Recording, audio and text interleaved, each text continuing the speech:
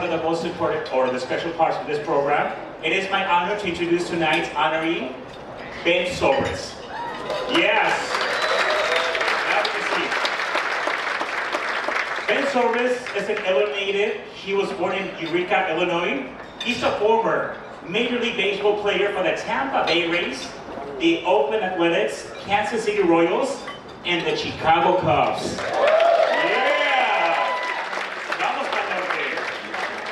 And this is the present too. He played in 3 World Series and he won the last 2. Are you serious? I'm a big fan. I'm serious. Yes. So after winning his 2nd World Series and being named MVP, Ben created the organization called Champion Forward to empower athletes by focusing on mental wellness.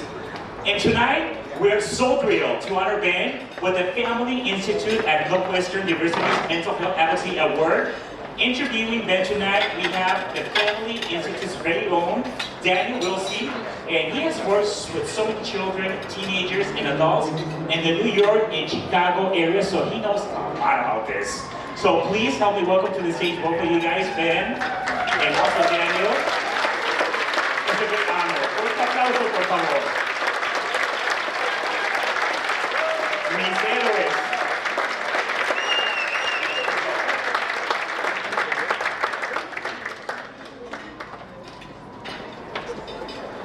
Right. Thank you.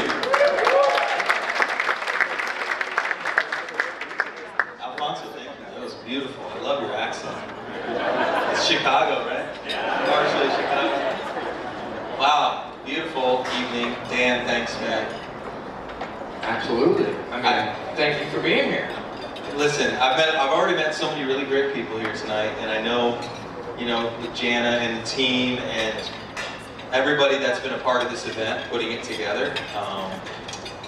It's a blessing for me to get a chance to be here with you all and to be a part of what the Family Institute's doing. So thank you for having me. Yeah, it's a huge, huge honor. For sure. I mean, what would a therapist do without his notebook? So I've got a few things for us. Where's the couch for me to lay down on? I guess. I know. I'm sorry. The accommodations are. This will be great. Quite public as well. But no, we at the Family Institute, from everyone, from the 115 therapists to the C-suite, the board of directors, we are really happy that you're here, and even more thrilled that you accepted the Mental Health Community Award. And it looks really It's nice. beautiful. I held it earlier. I made sure I didn't drop it, so it's still in one piece. Yeah. There we go. Thank you very much.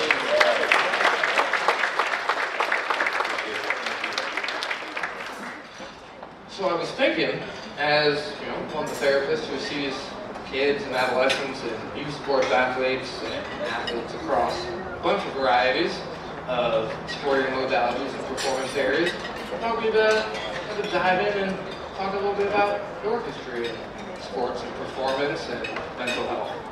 So, thinking about being a professional athlete, what was your experience around mental health, and what was your kind of prior understanding of mental health? Yeah, I think, I grew up in Central Illinois, for those that don't know, just downstate, and in the 90s, pretty much, as an adolescent and young high school player. And we didn't really think about mental health at all. Like, we really, it was, to be honest, I thought that there was a, kind of spiritual side to things that I thought about. There was somewhat of an emotional side, but I kind of pushed the emotional side down. But certainly the mental side for me was all about toughness as an athlete. That's what we were thinking, like there's a certain level of toughness and you either can tough it out or you can't. And nobody wanted to feel mentally weak, right, as an athlete. So that was my original experience around mental health until I personally started struggling with it. And thinking about that, I mean, I think a lot of people probably have some of that same similar viewpoint starting out, and as you got more involved in sports and more competition, how did that sort of viewpoint change over time? Well, yeah, I think over time I dealt with enough stress as a player that it started to get to me. I think the performance anxiety started to get to me. I started to feel really isolated and alone, even though I was around a lot of people all the time. And I kind of felt like I was in somewhat of a prison in my own mind at times of like, I don't really know who to go to about this. And that's the thing is I knew the sports psychology side of it, but I didn't know how that worked with the health side of it. I think that's where I was always very confused during my career. And if you asked me, hey, did you do really good quality therapy throughout your career, I would say no, I did not. It wasn't a part of my regular routine. That's actually one of the things that why I'm sitting here and why I'm passionate about talking about this, because it wasn't as much of a part of what I thought it should be.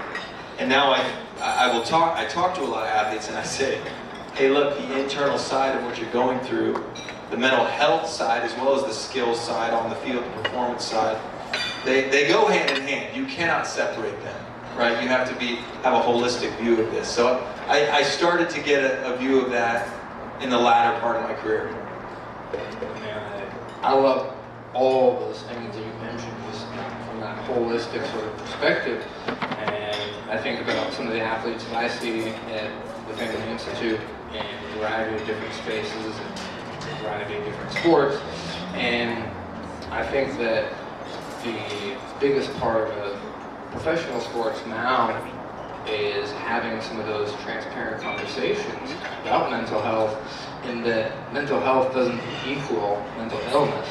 And I think, was there a specific time or moment that really kind of transformed that view for you? Yeah, there was kind of a few.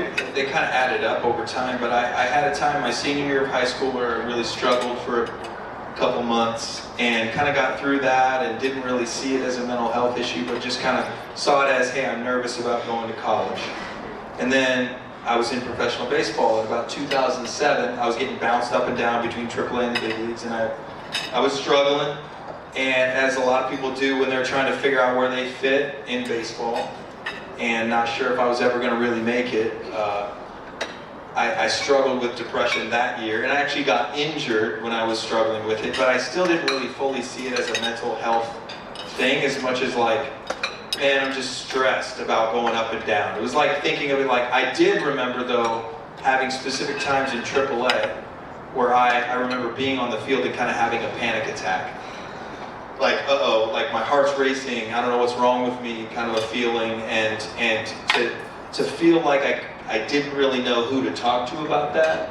I think that's the biggest thing as an athlete growing up in my age, for those of you that grew up in the same age, is mental toughness said there wasn't really a place to talk about the fear. Like, fear is not an option. I'm not going to talk about fear. I'm not going to talk about weakness or how I feel, because feelings mean a lack of strength. That's the way that we viewed it, I think. And there was only two feelings that actually work on a baseball field when I was growing up. And it was one was you can be happy and excited for everybody around you if you're doing well, if everything's going well, that's okay. But even that needed to be like tempered down, right? There was like a traditional way to be good, like happy. But then you could be angry if you were upset. Anger works too. Like, okay, you're a man, we can understand you can be angry about failing because everybody understands that. But there was no place for grieving or sadness at all. There was no place for shame. There was no place for fear. It wasn't really something you wanted to talk about as an athlete. So the third and final time that it really got me, and this might surprise some of you, is when, right after we won the World Series in 2016, I really struggled for the next 3 to 4 months before we entered spring training. I was like, my world was spinning. Really felt a level of depression that I had never felt before. I even had, and for those of you that have ever struggled with this, I mean, it's common, obviously, for people that are struggling with depression. I had suicidal ideation. And I was like, what is wrong with me? I'm like, this is not me. Because I had never really felt that way before. And I'm like, I should be the happiest person in the world, right? Everybody else is so happy for me. Why don't I feel happy for myself? But there was a level of grief that came with that win. There was a level of fear that came with that win, a fear of now a lot of people need something from me that I probably won't be able to follow through with. I'll have to start saying no a lot more. I had like 5,000 requests within 2 days of the World Series. And that does a number on you if you have a problem saying no and you want to tell people yes, right? And so that, I was feeling a lot of shame with that. And there's just a lot that builds up, right? And you think about the stress that we were going through 2016, like we just pushed it all down, or at least I did, right? I pushed a lot of it down. I'm like, okay, I just got to get to the next moment, get to the next game, do my job, you know, do the best I can to be the best guy on the team, and best player, and best dad at home, and best, you know, just the best to everything I can be in my life. And if there was never a place to truly be human, that's the challenge, right? So that was when I started dealing with that level of depression right after the World Series. That's when I was like, okay, I need to talk to a therapist, and I need to figure out what's really going on with me, because I realized at that point, this is not just a spiritual issue, this is not just a physical issue, this is not just a social issue, it's everything put together at that moment. And my therapist helped me realize, look, you have a lot of different parts of you, and just because things were good doesn't mean it wasn't traumatic good for you. And that happens, right? There's a level of imposter syndrome that comes in at times, for those of you that understand that. And I was just like, why am I the guy that is being asked to do this? And I had, like I said, a really hard time being codependent with what other people wanted from me. I wanted to say yes, but I couldn't. That brings a lot of internal stress. So from the outside, everybody's like, you should be super happy, right? And on the inside, I'm like, I don't feel that way, right? So that was really the, to say a little too much maybe, but that was really the thing that got me going, okay, I have got to do proper self-care first, because if I don't do that self-care first, I'm not going to be the best version of myself if I really want to be.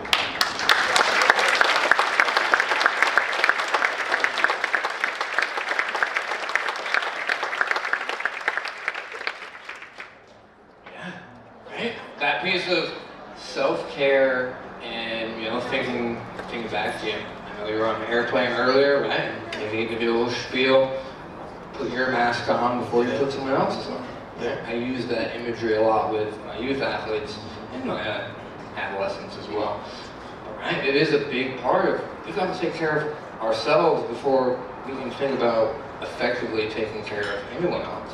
So, you know, I certainly, and it definitely sounded like everyone here really appreciated that honesty, right? And I think that's an impactful and powerful thing.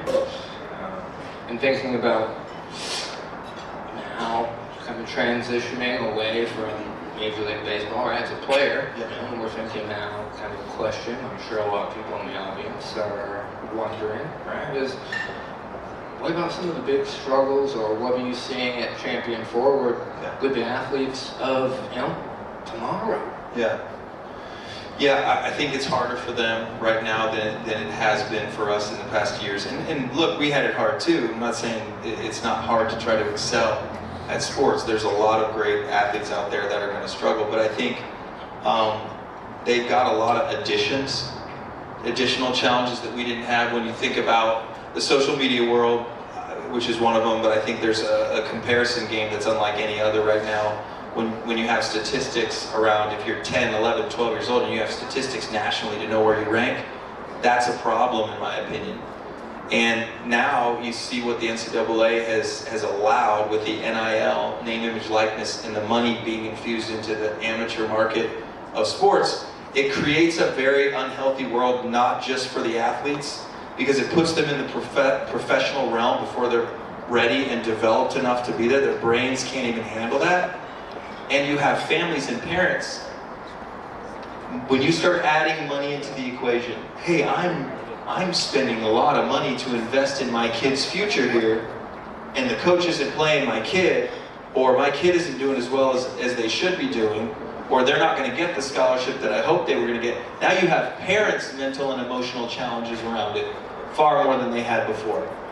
And then you've got great coaches that don't know how to coach a new generation that can't be talked to the same way they were, right? I'm sure you hear a lot about that. Well, yeah, I'm glad that you brought that up, because I think it's very interesting in working with a lot of like the youth athletes at whatever level is. they also need to involve and educate their parents as well for all of the reasons you just mentioned. Right? It's like spending the money and maybe the kid isn't doing as well. And I love the word you kept using a couple times, is should. Right? One of our biggest thinking errors, should statements. Right? I should do this. I should be here. My batting average should be at this. And it becomes, right, based on what? Yeah. Well, I think the expectations are higher than ever, especially when we're living in the highlight world. Right? Everybody's looking at highlights all the time, and they don't see the grind and the resilience that it takes to be able to get there. And the expectations are, I should already have this figured out. And I'm trying to teach even my kids, like, you don't and you shouldn't have to right now. You gotta give yourself time. There's a thing called self-compassion that has not been in the sports world. It's gotta be in the sports world. It's gotta be in the academic world now. I mean, look at how what we're expecting our kids to do academically early on than they didn't have to do before to excel. And I think just when we have the expectations, or they have the expectations that are that high, it's impossible for them to live up to it, especially in the time frame that they expect to be able to do it. So I think what we're seeing at Champion Forward is just this level of exhaustion from all populations in that world, from not only the athletes themselves, but the parents and the coaches, which is why we've got burnout that has come from COVID. It's come from the sport itself. It's come from overuse, overwork, overtraining. It's come from comparison. It's come from a lot of different things. And obviously the people in this room know there are great options out there. But I don't think the sports world has really taken advantage of it, to be honest. I think that's where I feel a real passion. John Harrison, my VP over here, we've talked a lot about Champion Forward. How do we do this for athletes in a way? How do you start to get them accepting a thing that they haven't been willing to accept in the past? It's a challenge, right? But we have to see it as the same training you got to do for your physical body, you have to do for your internal self. Honestly, and that's not just for the kids, right? We realize that we're talking about an ecosystem issue here, a sports ecosystem issue that it's for the parents and it's for the coaches just as much, or the guardians, or whoever it is that's watching over these kids. They need the mental and emotional skills around dealing with what they're having to do sitting on the sidelines just as much. And if we don't model it as adults and coaches, they're not going to catch it. We're going to actually foil the good work that therapists might be doing, right? For those of you that are therapists in here, you know that some of the biggest battles you have to fight is helping your kid understand the relationship that their parents and coaches have to what they're doing. Yeah, definitely. And I think one of the most challenging parts of that, right, is getting the buy-in from the parents or the coaches. The athlete is bought in the room, they're doing the skills, they're doing the work, and it becomes, how do we continue to find some of that buy-in with the older generation, the parents and things like that. I'm glad that you touched on burnout and highlighted a couple of examples, right? Because I think the biggest piece related to social media does create that highlight reel sense of everyone's always doing things that are great, but like you said, no one sees all the work put in behind the scenes. So I think a big question, right, for me, for the mental health professionals also in the room and who you deal with, is what can we do to help you out? Right? What can we do? What can the sports psychology professionals like myself do, right, to really create some of these atmospheres? Yeah, well, that's part of how we entered into this conversation, is how can we help the people that are doing the work one-on-one, right? It's like, if I looked at the Family Institute years ago, I was telling Jana this, that I actually considered enrolling as a student to try to become a therapist, and then I'm looking at the landscape of going, okay, what am I capable of right now as a single dad trying to figure this out? But also, what do I have the ability to do right now to help people in this world that are hurting? And to a certain degree, I think there needs to be a megaphone of athletes that come out and erase the stigma and talk about their challenges and suffering around it. That's one of the things that needs to happen. So we need a level of humility from the athletes and the celebrities or people that have struggled with this, which we're starting to see, I think. But I also think that it's not enough to say, hey, you need to do this. It's important. You have to model it and do it for yourself on a regular daily basis, right? And that goes for even the therapists in this room. They have to do their own proper self-care. They have to have their own safe spaces. They have to know how to set their own boundaries. And that was one of the things that I had to learn how to do as a professional athlete, you know, and I'm still learning how to do, and I'm not perfect at it, right? It's a work in progress on a daily basis. But if we do that as an organization, we try to help people start that process and know, okay, let's become aware. We start with awareness in our organization. Let's start to become aware. How can we become aware of just what you're feeling? Because for a long time, athletes just have shut that off. And let's be honest, in the midst of play, there's not time to sit and talk about it. You gotta get to the next play. We gotta win the game, you know, like, but there is time before and after to become a little bit more free before you enter into that, and to let go a little bit easier when you leave it. I can't tell you how many times I woke up in the middle of the night and had to pick up a bat, and I'm in the mirror in the middle of the night. Because I'm like, it's bothering me. Because I didn't know how to process it when it was over.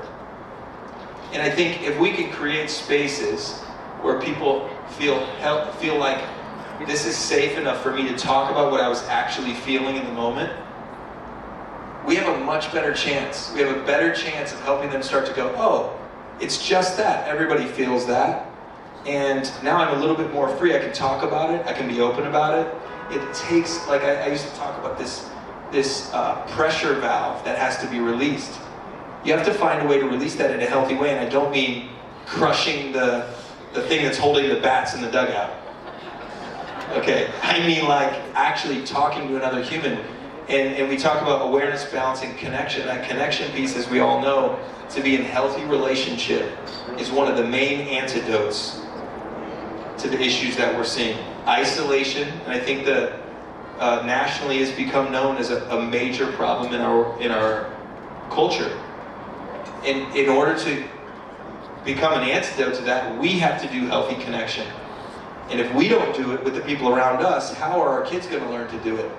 So if we are in pain about seeing how they're feeling, we've got to be the examples and model that. And so yes, it's important to win at certain levels and succeed, and kids want to see that they're developing and growing.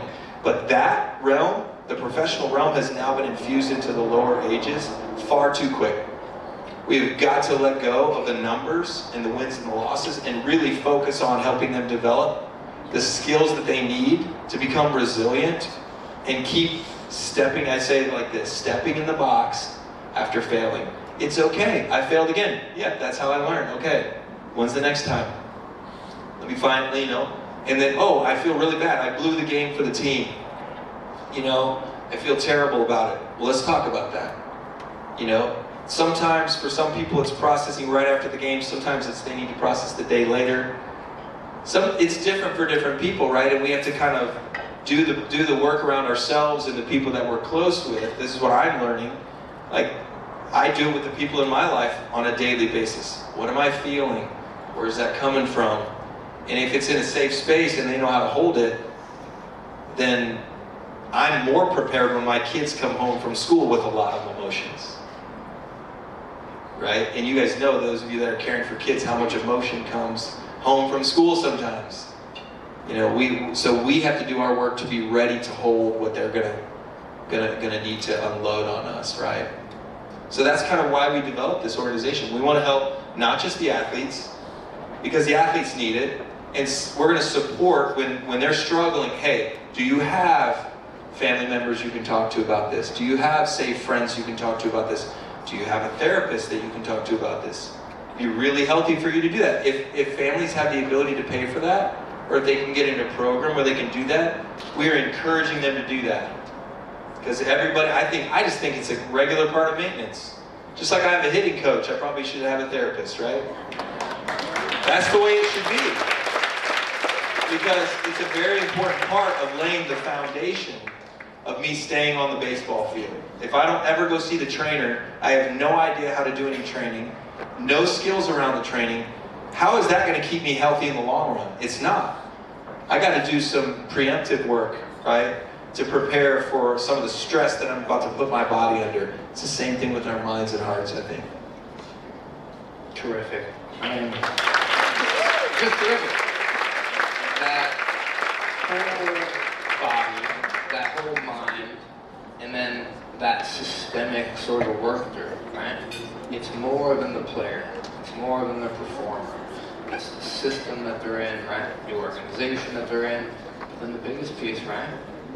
The family unit, the system there that is when they're coming home from school, right? Reassuring that and modeling that really positive behavior, but also the fact that you can bring in good feelings, right? Positive feelings. You can bring in some of that anger, some of those negative feelings, right? I tell all the people who I see that there are no bad feelings. Right? No feeling in and of itself is bad or wrong. It's the behavior that gets us into trouble, right? When you're smashing the bat collector, right? Or you're mashing something else in the dugout, that's the behavior, right? That's what we work on, right? And, I mean, I certainly have gained a lot from our time together, and I hope everyone else has. And again, let's give Ben another round of applause. Thank you, and congratulations for getting the award. And don't forget, there's a signed baseball from Ben that probably would make a real nice treat after all this for tonight. So, go check it out. Ben, thanks again.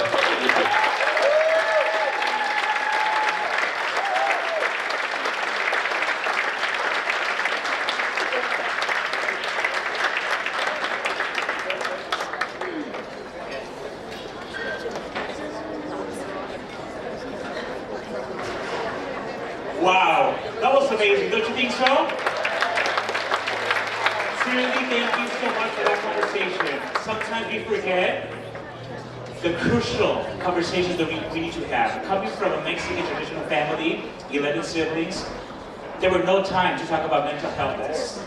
The only thing we had to talk about it was how to bring food to the table. So talking about this is so important. And these kind of movements, we need to make it more like normal. The fact to talk about mental health, wellness, and feelings, and also weaknesses. Because hearing from people like Ben and Dan that they have fears, that they go through moments that are hard, is really eye-opening. So thank you so much for that great conversation, seriously. It helps a lot, thank you. De verdad, muchas gracias. And now,